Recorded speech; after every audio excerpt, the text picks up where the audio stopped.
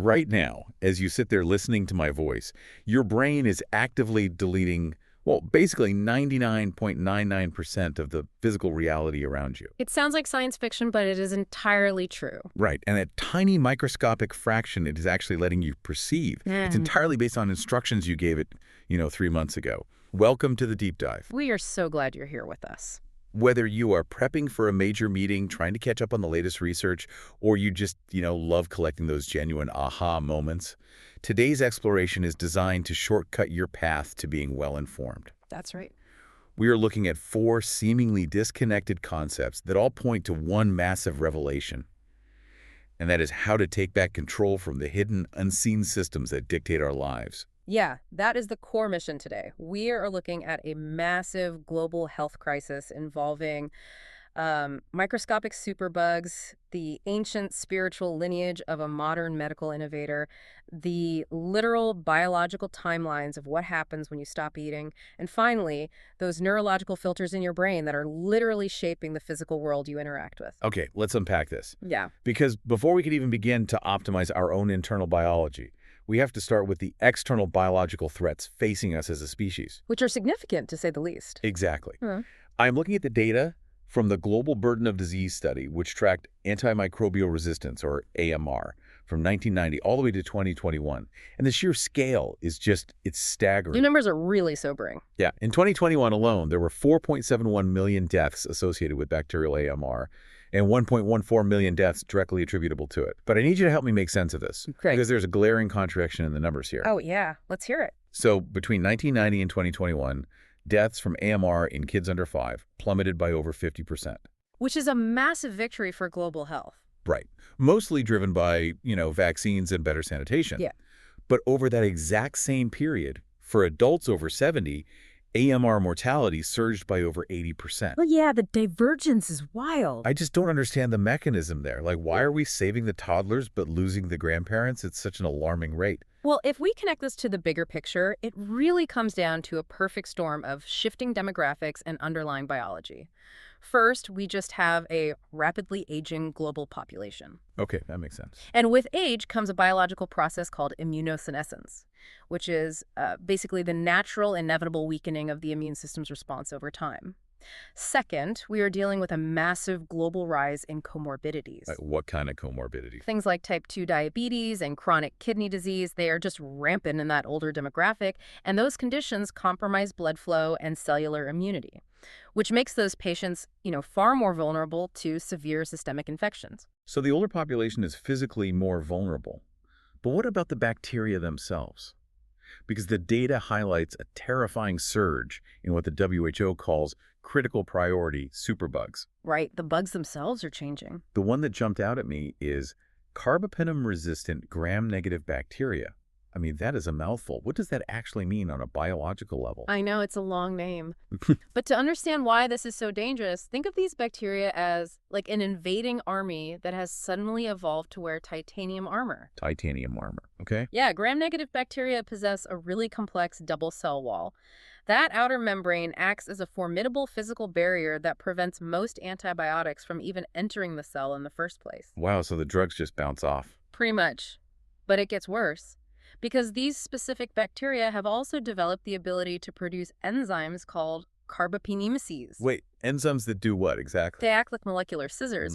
So carbapenems are basically our heavy artillery. There are last resort antibiotics used in hospitals when absolutely nothing else works. Oh, man. But these bacteria release enzymes that literally cut the antibiotic molecules to pieces before the drug can even do its job. And mortality attributable to that specific resistance rose more than any other antibiotic class over the last 3 decades. That is genuinely terrifying. So what does this mean for you, the person listening right now? It means the medical reality you are walking into today is essentially an echo. Exactly, an echo. It is the delayed compounding result of decades of global antibiotic overuse, both in human healthcare and in agriculture. And the projections for the future are grim.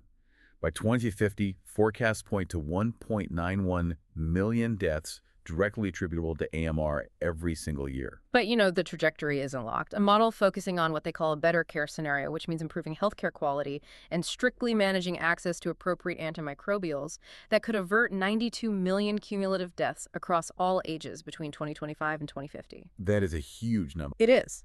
Furthermore, if the scientific community can successfully develop a new pipeline of drugs, specifically targeting those gram-negative bacteria we just talked about, we could avert another 11.1 million deaths. But we can't just throw new chemicals at a broken system and expect a different result. Yeah. Like, if we want to prevent this collapse, we have to completely rethink how the medical system operates on the front lines. Absolutely. We need a systemic reset. And there is a visionary who actually saw this exact superbug crisis coming way back in 1989, Dr. Katyali Srivatsa. Yes. His foresight is truly remarkable. I mean, in the late 80s and 90s, the medical establishment was largely celebrating antibiotic victories. But he was actively warning that the standard operating procedures of hospitals, specifically the culture of defensive prescribing, were basically brewing a superbug pandemic. Defensive prescribing. That is when doctors are terrified of litigation or just overwhelmed by patient volume, so they prescribe antibiotics for a viral infection just in case. Yeah. Right. That is the core issue, yeah. It is a system completely overwhelmed by noise. Doctors are forced to process hundreds of patients, and it becomes incredibly difficult to separate the signal from the noise. The signal being the patient with a genuinely life-threatening bacterial infection. Right, and the noise being the dozens of patients with just common viral colds, so fear takes over, and antibiotics are handed out like candy. And he didn't just point out the problem, which I love. He engineered a digital solution. Mm-hmm. So in 2003, he laid the foundation for what is now known as Dr. Maya GPT. It is an AI-powered healthcare system. It's a really innovative approach. Yeah, because unlike standard rigid medical algorithms that often just default to recommending an urgent care visit, which leads to more defensive prescribing, Dr. Maya uses an intuitive, color-coded symptom triage. Thinking about how this functions, it sounds to me like a highly efficient bouncer at a chaotic nightclub. That is a very apt way to look at it. Like, the bouncer's job is to keep the trouble out of the club. In this case, the trouble is unnecessary antibiotic prescriptions and avoidable hospital visits. The AI assesses the symptoms and filters out the noise, essentially telling the patient with a mild viral infection to just rest at home. Exactly. But it immediately recognizes the signal of a critical case and safely guides that vulnerable patient inside the healthcare system to get immediate, targeted help. The mechanics of the AI are brilliant, but what's fascinating here is the underlying philosophy that built it. Dr. Srivatsa's work has a deeply spiritual underpinning that completely recontextualizes what we think of as modern technology. I was hoping we'd get to this. He belongs to a 600-year-old Brahmin lineage known as the Vishwamitra Gotra. This part completely blew my mind. How does a 600-year-old spiritual lineage translate into artificial intelligence? Well, for centuries, his ancestors were scholarly advisors. They were literally the guardians of knowledge, tasked with filtering truth from illusion. Specifically, his family is connected to the Uluru Kartikeya temple in Karnataka, India. In that tradition, Kartikeya is the deity of war, but crucially, he is also the divine physician, the demon slayer. And Kartikeya uses the divine spear, the Vel, to destroy these demons, right? A weapon that never misses. Correct. But we have to look at what a demon represents in this context. In ancient Ayurvedic medicine, the demon isn't like a literal monster. The demon is noise. I see. It is illness, confusion, and the illusion of a symptom masking the true root cause.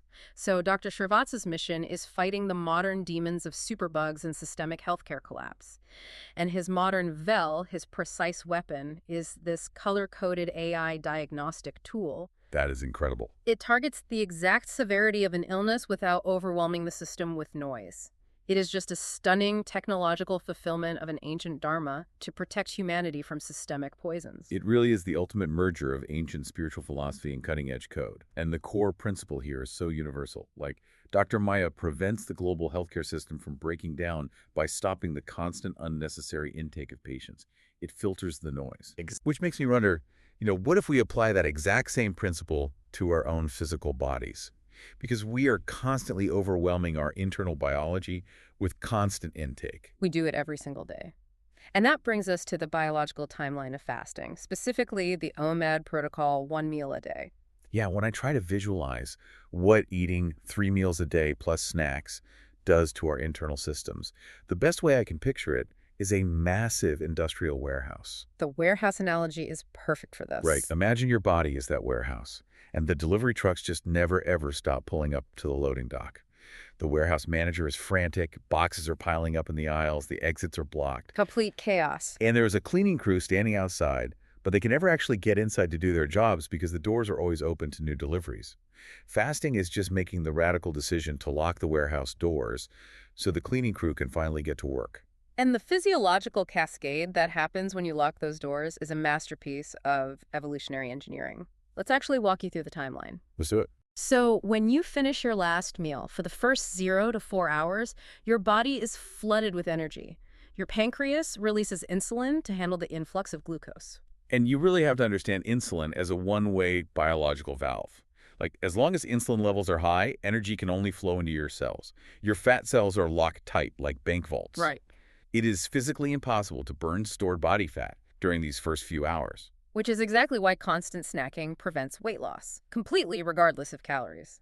But as we move from hours 4 to 12, insulin finally drops. Your body starts burning through the energy stored in your liver and muscles your glycogen. The backup reserves. Think of glycogen as the loose cash in your wallet. It is incredibly easy to access, but it is a limited supply. So around hour 6 or 8, the hunger hormone ghrelin spikes. Your stomach physically rumbles, and this is where most people panic, assume they are starving, and they eat. But they aren't starving. They are just addicted to cheap fuel. It is like a car that only knows how to run on standard gas suddenly being asked to switch to its backup battery system. It stutters. The engine knocks. That is a really great way to put it. But if you push through that initial stutter between hours 12 and 16, a massive biochemical shift occurs in the background. Insulin drops to its absolute baseline. Okay. This triggers the activation of an enzyme called hormone-sensitive lipase. This enzyme is the literal key that finally unlocks the fat cells. Your body seamlessly switches from burning sugar to burning its own stored body fat. And your liver converts those fatty acids into ketones. I found this part fascinating. Your brain actually prefers ketones. They burn much cleaner than glucose, producing significantly less metabolic waste. Exactly. That is exactly why people report this massive, euphoric mental lift around hour 16 of a fast. The brain fog just evaporates. Well, evolutionarily, that makes perfect sense. If our ancestors became lethargic and confused every time they missed a meal, our species would have been eaten by predators and died out instantly. That's very true. Hunger is not a signal to shut down. It is a highly evolved trigger that floods the brain with ketones to turn us into sharper, more focused hunters. Okay, but hours 16 to 18 is where the real physiological magic happens. The warehouse has been closed long enough. The internal cleaning crew finally arrives. Autophagy? Yes. Autophagy translates literally to self-eating because absolutely no new proteins or nutrients are coming in through the loading dock. Your cells are forced to scavenge for survival. Wow. They start hunting down damaged, misfolded proteins, which, by the way, is the exact kind of cellular junk that accumulates over time and leads to neurodegenerative diseases like Alzheimer's. So it's basically taking out the trash. Exactly. They locate old, underperforming mitochondria. The cells build a membrane around this biological garbage, dissolve it, and recycle it into pristine, brand new amino acids. It is deep, profound cellular repair. But I can already hear the pushback from someone listening right now. They are definitely thinking, wait a minute, if my body is eating itself to survive, isn't it going to eat my hard-earned muscle mass? Yeah, that is the single most common myth about fasting, and it is completely backwards. From hours 20 to 22, your body releases a massive counter-regulatory hormone response. Human growth hormone, or HGH. During a deep fast, HGH doesn't just bump up slightly. It can spike by an incredible 1,300 to 2,000%. Up to 2,000%, just from not eating. Yes, HGH acts like an impenetrable biological force field around your lean muscle tissue. It actively instructs the metabolism to burn the body fat for fuel, but to leave the muscle tissue completely alone. That's amazing. Think about it logically. Your body is not going to burn the structural furniture inside the house to keep warm when there's a massive, highly combustible pile of firewood. Yes. Your body fat sitting right out in the front yard. That makes perfect sense. So by the time you hit hour 23, you are a fat-burning, cellular repairing machine. Your cells are completely cleared out like dry sponges desperate to absorb nutrients, which means how you break the fast is absolutely critical. Oh. You cannot just throw a heavy processed pizza at a system that has been this highly optimized.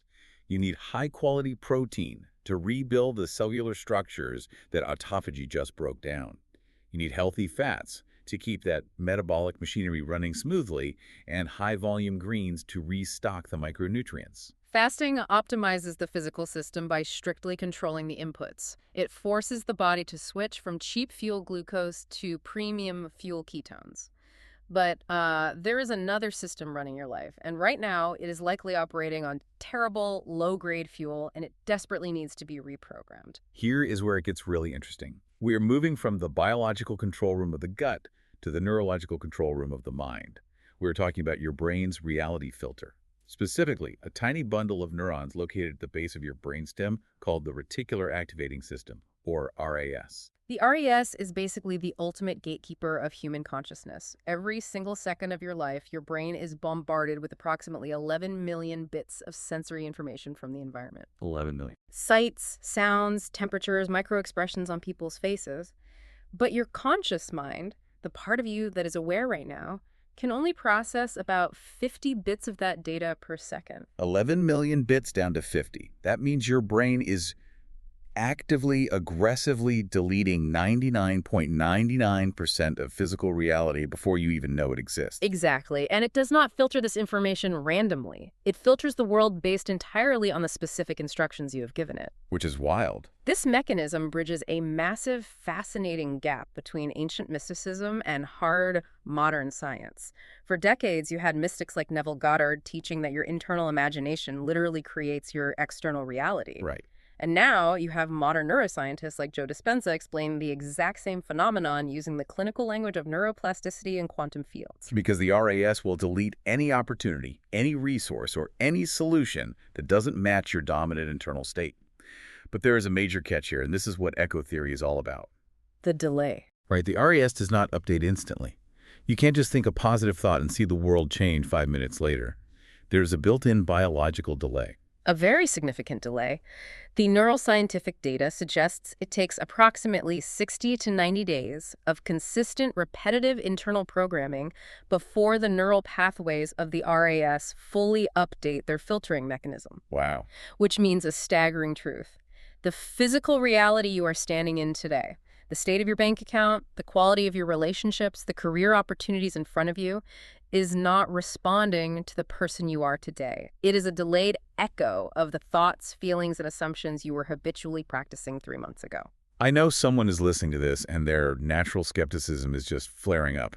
They are demanding hard proof, like, give me clinical evidence that invisible thoughts alone can change physical, measurable outcomes. Well, the clinical evidence is incredibly robust. Consider the famous 1996 Breslatto study conducted at the University of Chicago focusing on basketball free throws. Oh, this is a great one. Researchers split players into 3 distinct groups. Group 1 physically practiced shooting free throws on a court every single day for 30 days. Group 2 is the control. They did absolutely nothing. Group 3 never touched a physical basketball, but they spent 30 minutes a day vividly, intensely visualizing themselves making perfect free throws. And the physical results. After 30 days, the group that physically practiced improved their free throw accuracy by 24%. The visualization group, the athletes who only used their internal imagination, improved by 23%. That is almost identical. They achieved nearly identical physical results from purely mental inputs.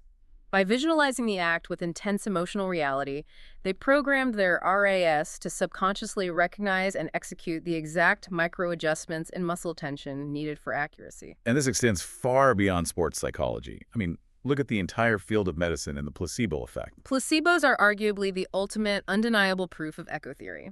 When a patient takes a completely inert sugar pill but genuinely believes it's a powerful medicine, their brain alters its filtering and its chemistry. Yeah. Clinical studies show placebos can improve physical pain management by 30% and alleviate clinical depression by up to 40%. It isn't magic. The patient's profound expectation becomes a new instruction, and the RAS alters physical neurotransmitter production to match that new internal instruction. And if you want proof of how aggressively your brain will delete physical reality to match its instructions, look at the famous invisible gorilla experiment from Harvard. Oh, the gorilla test. Yes. Researchers asked people to watch a video of a basketball game and simply count the number of passes made by the team in white.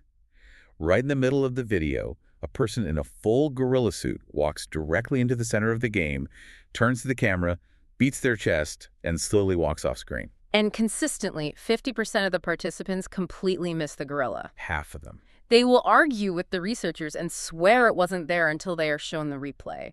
Because their RAS was given a strict instruction to look only for basketball passes, it literally deleted the visual data of a 6-foot gorilla as irrelevant background noise. So translate that to your own life. How many massive opportunities, how many obvious solutions to your problems are walking right past you every single day like that gorilla? Yep. But your brain is deleting them before you can see them because your default instructions are programmed to look for stress, scarcity, or reasons why you will fail. Exactly. If you want to change the physical output of your life, you have to rewrite the instructions.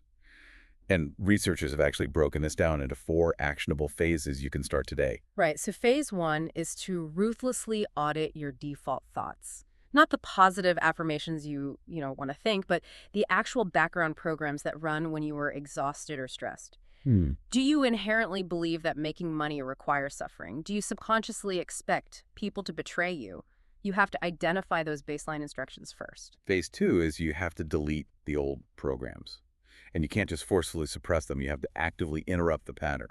When you catch yourself spiraling in a negative loop, you have to mentally or even physically interrupt it. Like a pattern interrupt. Yeah. Snap a rubber band on your wrist, change your physical environment. You have to take the emotional charge away from the thought so the RAS stops flagging it as a high priority instruction. And then phase 3 is writing the new neural scripts. And this is exactly where superficial positive thinking completely fails.